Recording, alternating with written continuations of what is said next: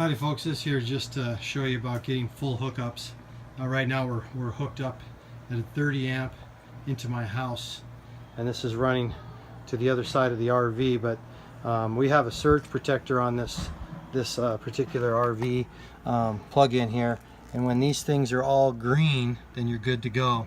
So make sure that those are plugged in, and it's again it's a 30 amp website or campsite, and it's going all the way over here to this side. Usually when you're at a campsite, you'll have these three: water, sewage, and electric.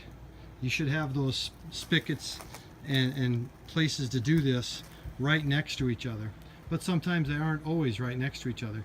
You'll maybe back into this site or pull through to this site, and you want to pull through. So number one thing is your septic. You want your septic to be kind of like this right here, where it's hooked up.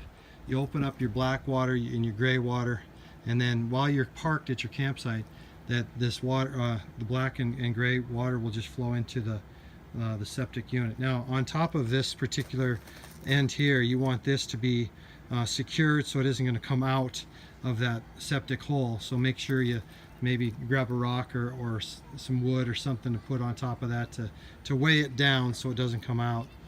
Your water here, once it's plugged in here, and then it's plugged into the spigot, this end here has a pressurized end here to help regulate the water pressure into the unit.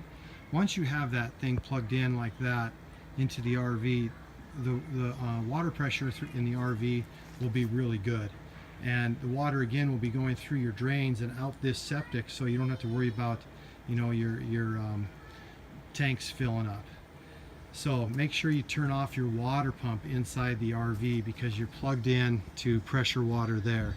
When you don't have that water and you're just using water in the RV tank, which that water is filled up right here, okay, not to be you know, confused with the gas tank right here, but the water right here, fresh water goes in there. That's when you're dry camping.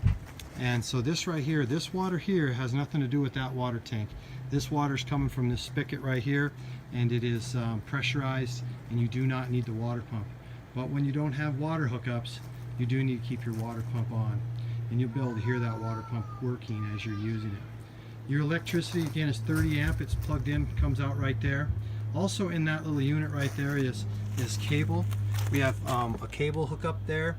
You can get in there and grab your cable, and sometimes RV campsites have cable hookups, and you'll be able to have cable right there, but that's not really camping now, is it? So but there's your septic, and again, you can open up your gray and black water, and but make sure that when you're undoing that at the end of the day, that you're cleaning that hose out and putting everything back in the RV before going down the road.